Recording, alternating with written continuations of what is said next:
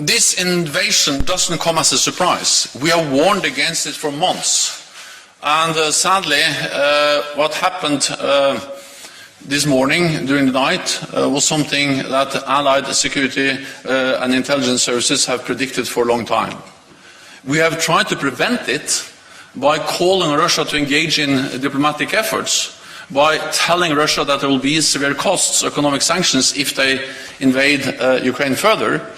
But what happened over the last hours, what has happened over the last hours, demonstrate that Russia, despite our diplomatic efforts and despite our clear message of economic sanctions, decided to once again invade Ukraine. But since we have been warning against this for a long period of time, we have also taken prudent measures to prepare ourselves. And that's the reason why we, over the last months and weeks, have significantly increased the presence of NATO troops in the eastern part of the alliance. More land troops, ground forces, but also air and naval forces. In the coming days and weeks, there will come even more. So we will further increase, and we are increasing, our presence in the eastern part of the alliance. And today we activated NATO's defense plans that gives our military commanders more authority to move forces and to deploy forces when needed. And of course this could also be elements of the NATO response force. So we are ready, we are adjusting our posture, but what we do is defensive, is measured, and we don't see confrontation. We want to prevent the conflict and any attack against any NATO allied country. And for talks? Will you still sit down and talk? Well, we have reached out to Russia for weeks and months, and what we have seen is that the Russian message has been that they actually have never taken these talks seriously, because while we were trying to find a political solution, they were planning for this invasion. And while we were trying to find a political solution, they were actually day by day, week by week, increasing their military presence and readiness on the borders of Ukraine, and now they launched invasion. So Russia has shut the door to a political solution. We regret that, but that's sadly the reality, which has severe and very serious consequences for the people of Ukraine, but also actually impacts the security for all of us, and that's the reason why we step up our presence in the eastern part of the alliance. Frankfurt Allgemeine Zeitung. Thanks a lot for taking the question. Secretary General, actually two questions. The first one, I'd like to hear your reaction to what President Putin said this morning when he announced the military operations. He said that any country that interferes with them would face consequences greater than you have seen in your history, which I take as a veiled threat with a nuclear attack. So please, what is your response to that? He did not specify what interference means.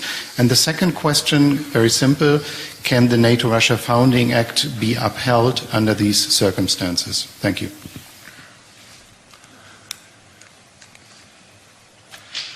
The threatening rhetoric by President Putin and the aggressive actions by Russia, of course, is the reason why we are saying that we are now faced with a new normal for our security.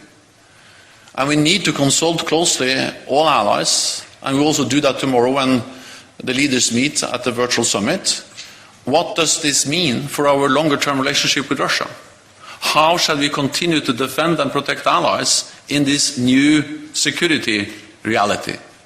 And how can we make sure that we uphold the values we believe in, freedom, democracy, faced with a more aggressive authoritarian regime in Moscow? A regime which is willing to openly contest our values and to threat and actually also use force to try to coerce other nations. So this will have some long-term effects on our security, on how we respond, on how NATO is reacting, and also on how our relationship with Russia can evolve. We don't have all the answers today, but there will be a new reality. It will be a new Europe after the invasion we saw today. And therefore I welcome the fact that we are so closely coordinating, so closely working together in NATO. We stood together in warning against the Russian aggression, the plans. We stood together in reaching out to Russia and tried to prevent the attack. And now we need to stand together in responding to the attack. And that's exactly what we are doing. That was the first question. The second question? Well, that's part of this new reality we have to look into. And there will be a different reality, and we need to respond. But this is not the day to draw the conclusions. But we will have an important discussion among leaders tomorrow. And okay.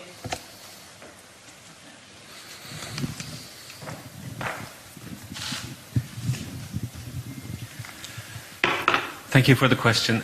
Mr. Secretary General, today Ukraine has called on Turkey to close the Bosphorus and the Dardanelles Straits for Russian vessels. Is that an action that was discussed in this morning's meeting, and are there other similar actions that have been discussed today? That was not discussed in the meeting today. Turkey is, of course, a NATO ally. Turkey has a special role when it comes to the Bosporus Straits, but this was not an issue in the meeting this morning. What we discussed this morning was the need to activate the defense plans. We made a decision to activate those plans, which enables to move forces more quickly to where they are needed, and also to agree a statement where we express a very strong condemnation of the Russian invasion of Ukraine, and also announced that we are going to have a NATO summit, a virtual NATO summit tomorrow. Wall Street Journal. Dan Michaels, Wall Street Journal, thank you for the question. Could you talk a little bit more about the activation of the defense plans? What exactly does this change, and when was the last time this was done? Thank you. These plans are plans we have developed over the years to make sure that we have plans in place to react to crises like the crisis we are faced with now. And they are defensive plans, they are prudent plans, and they are plans that covers the whole east of our lines from the Barents Sea down to the Mediterranean, and they give our military commanders some more authorities within politically defined guidelines and frameworks to deploy forces where they deem it needed, and that's exactly what we have agreed today. So these again are defensive plans, ensuring that we have forces at the sufficient readiness at the right place throughout Europe. Associated Press. Have they ever been activated before? Have they ever been activated before? So I don't know whether it's right for me to answer that question, because I don't know whether it has been made public before, so I only said that we activated them today. Associated Press.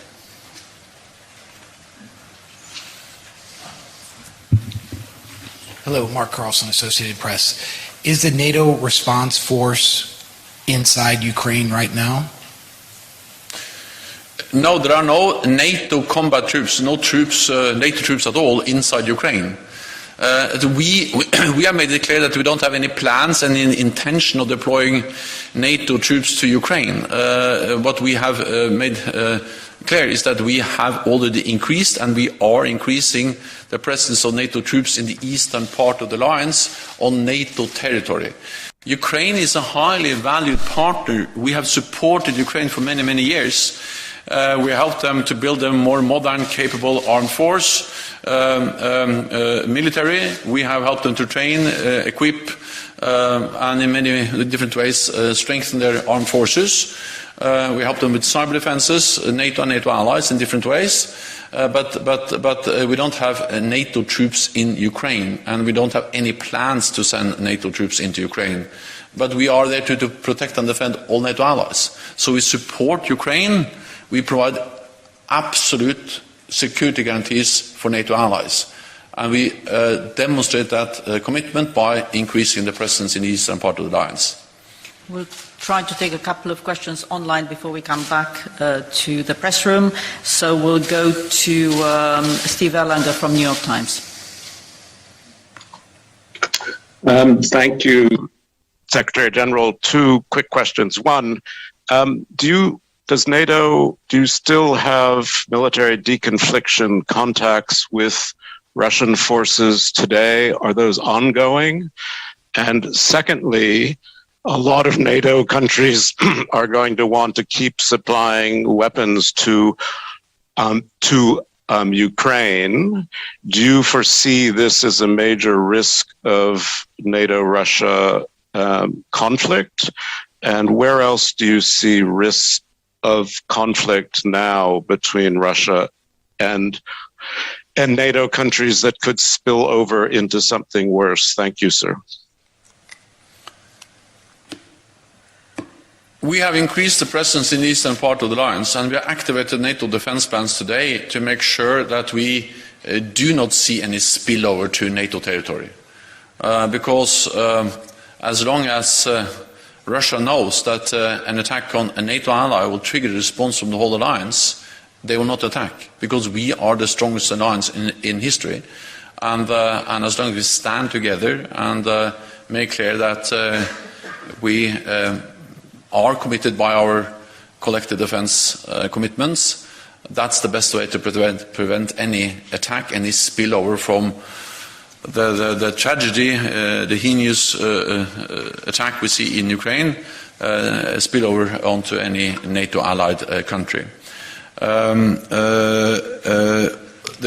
NATO allies have provided support to Ukraine in many different ways over the last years, especially since 2014. NATO has helped them with the cyber defenses. We have also helped them with some different trust funds for different activities, and then on top of that, and different capacity building measures, help them to strengthen, including the naval forces and other elements of their armed forces.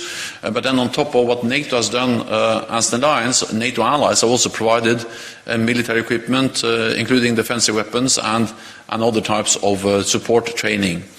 It will be a national decision in what way allies continue to provide support. So that's for individual NATO allies to decide. Deconfliction is extremely important for us. There has been contacts between our military commanders and Russia.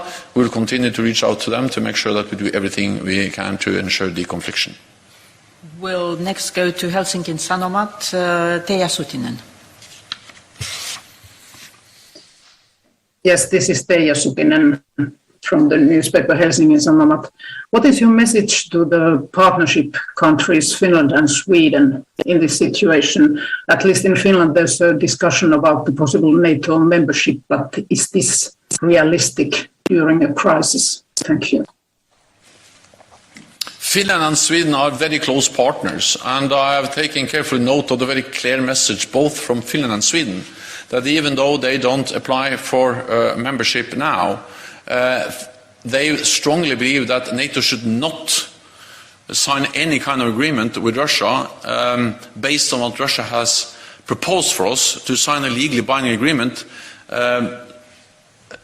ending any enlargement of NATO in the future.